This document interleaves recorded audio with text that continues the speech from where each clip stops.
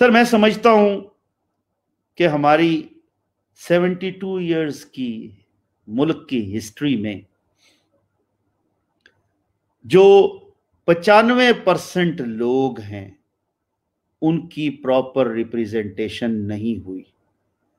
We the parliamentarians, आज मैं ये हर जगह खड़े होकर कहता हूं, we are responsible for all this drawbacks. ये जो पस्ती है हमारी कौम की, इसके रिस्पॉन्सिबल हमारे पार्लियामेंटेरियंस हैं। ये मैं आज 5 साल पार्लियामेंट के अंदर बैठकर कह रहा हूं। चूंकि जब जब लेजिस्लेशन हुई, जो लेजिस्लेशन होनी चाहिए थी वो नहीं हुई। जिस तरह से कानून साजी होनी चाहिए थी वो कानून साजी नहीं हुई। जो बराबरी का कानून होना चाहिए था वो नहीं हुआ। जो मरात याफ्ता तबका था, कल भी, आज भी, आइंदा भी वही है। मैं यहां तक कहता हूं कि देखिए क्या पॉलिसी है। मैंने प्राइम मिनिस्टर को मैसेज किया, प्रेसिडेंट को मैसेज किया कि खुदा के लिए आज तो समझ लें आप अल्लाह के बंदो, अभी 4 दिन पहले कि आप कहते हैं कि दर्जी को हमने ओपन कर दिया, प्लम्बर को हमने ओपन कर दिया। भाई जब कपड़े की दुकान आप बंद रखोगे तो दर्जी बेचारा कैसे काम करेगा, ये किसी ने सोचा?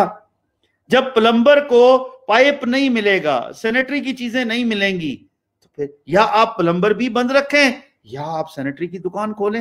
मतलब भाई ये वजह ये है कि जो पॉलिसी मेकर है, माजरत के साथ, उसने ब्रांडेड कपड़े खरीदे हैं। वो कभी जाजा बाजार से जाकर भाव ताव कर उसने जो है ना वो नहीं खरीदा। जब ये अभी पिछले दिनों में चीनी की और आटे की बात हो रही थी, घी की बात हो रही थी कि महंगाई हो गई, मैं आखिरी इसको अब कंक्लूड कर दूंगा, बहुत हो गया भाई, कि फिर किसी वक्त में और बातें हो जाएंगी, बेसिक्स आ गई हैं सारी। इस बात के ऊपर जरूरी है ये, वरना मैं ज्यादा इमोशनल हो जाऊंगा। मैंने पार्लियामेंट में खड़े होकर कहा, मुझे दोस्तों ने बहुत सौ ने फोन किया कि यार ये तूने क्या किया। मैंने कहा जी मैंने सच बात की है। प्राइम मिनिस्टर साहब खुद कहते हैं कि माफिया है, जिस माफिया ने चीनी महंगी की, जिस माफिया ने आटा महंगा किया, जिस माफिया ने घी महंगा किया, जिस माफिया ने सब्जी महंगी की, फ्रूट महंगी किया, दालें महंगी की, चावल महंगा किया। अरे भाई प्राइम मिनिस्टर साहब, आपने उस माफिया को रोकने के लिए क्या किया? आप कुछ नहीं कर सकते, कुछ नहीं कर सकते। रीजन बीइंग जो आपके इर्द गिर्द बैठे हैं वही हेड ऑफ माफिया हैं। अब कौन चाहिए? अब हमें चंद ऐसे लोग चाहिए हैं जो आम आवाम में से हों, जो कहें कि हम आंखों में आंखें डाल के इस माफिया के सामने खड़े होंगे और हम बताएंगे कि ये तरीकाकार नहीं होना चाहिए, ये तरीकाकार होना चाहिए। आखिर में सर 5000 दवाइयों की कीमत कम कराने के लिए मैंने वजीर आजम को कहा, 5000 दवाइयों की कीमत एक दिन में प्राइम मिनिस्टर के एक लेटर से हो सकती है, वरना मैं सारा जिंदगी किसी पार्लियामेंटेरियन में, किसी पार्लियामेंट में अपनी शक्ल नहीं दिखाऊंगा अगर ये ना हो सके तो। 3 मिनट का काम है भाई, 3 मिनट का, लेकिन कौन करने देगा? दूसरी तरफ हर तरह की सब्जी, हर तरह का फ्रूट आधी कीमत से एक हफ्ते में हो सकता है। क्योंकि मैं सब्जी मंडी में बड़ा हुआ हूं, मैं राजा बाजार की उन दुकानों को देखकर बड़ा हुआ हूं कि जिन्होंने, हमें पता है कि चीनी को कैसे कब करके पैसे कमाए गए हैं, आटे के पैसे कैसे कमाए जाते हैं।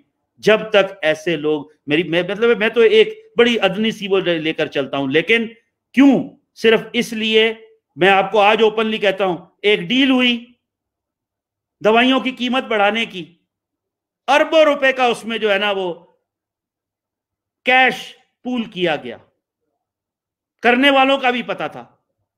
एक टॉक शो में बैठकर मैंने ओपनली लाइव कहा, बाहर निकल, और मैंने साथ ये दुआ की कि मैं कहा या अल्लाह, मैं आपके सामने, वो पारस का प्रोग्राम था, मैंने कहा पारस, मैं, ये सब बैठे हुए थे 3-4 लोग हमारे, मैंने कहा मैं दुआ करता हूं कि या अल्लाह जिसको तूने ताकत दी है उसको मैदान में ले आ, वो दवाइयों की कीमत कम करवा देगा वरना नहीं हो जाएगी, वो इस करप्शन को रोक देगा वरना नहीं हो सकता।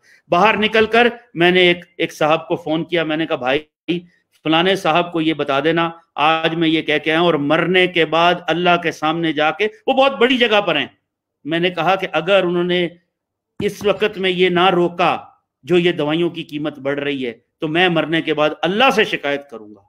یہ समझ लेना सामने खड़ा करके। मेरा ईमान है इस बात पे, ईमानदारी की बात है। उन्होंने कहा और 24 घंटे से पहले रिपोर्ट आ गई, नाम आ गए, बैंक अकाउंट आ गए, कौन देने वाला है कौन लेने वाला है। प्राइम मिनिस्टर के सामने जाके फाइल रखी गई, उन्होंने उसको वजीर को हटाया। लेकिन क्या हुआ, हम कहां खड़े हैं? कहीं भी नहीं भाई। मैं आज भी कहता हूं, आएगा एक वक्त, इंशाअल्लाह आएगा एक वक्त, उस वक्त में हमारे मुल्क को, हमारे कौम को कौन रूल करेगा?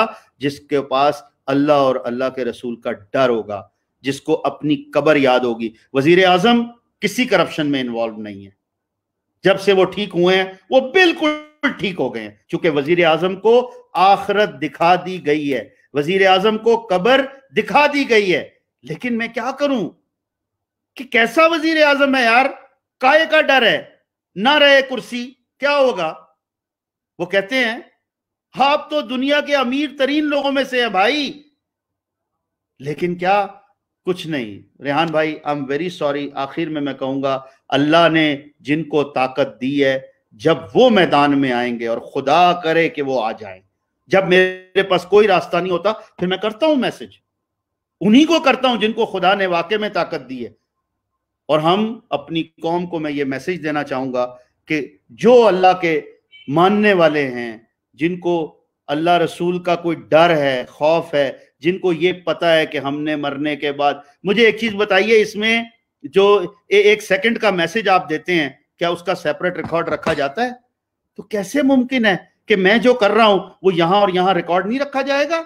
आ जाएगा वक्त, टेक्नोलॉजी निकाल लेगी इसको भी, कि कहीं ना कहीं से। मैं आपको जरूर एक वक्त में ह्यूमन वाईफाई के ऊपर, आखिरी बात है भाई ये, ह्यूमन वाईफाई के ऊपर आपको बताऊंगा, और आप मानेंगे कि हाँ, क्योंकि मेरा ईमान है एक दुनिया वो है जो नजर आती है, एक दुनिया वो है जो नजर नहीं आती। जो लोग उस दुनिया से मदद मांगते हैं, अल्लाह उनकी मदद करता है। Thank you very much sir, I am very sorry, I was bit emotional. ये पहली मर्तबा मैंने इतनी बातें किसी अल्लाह वाले से की है।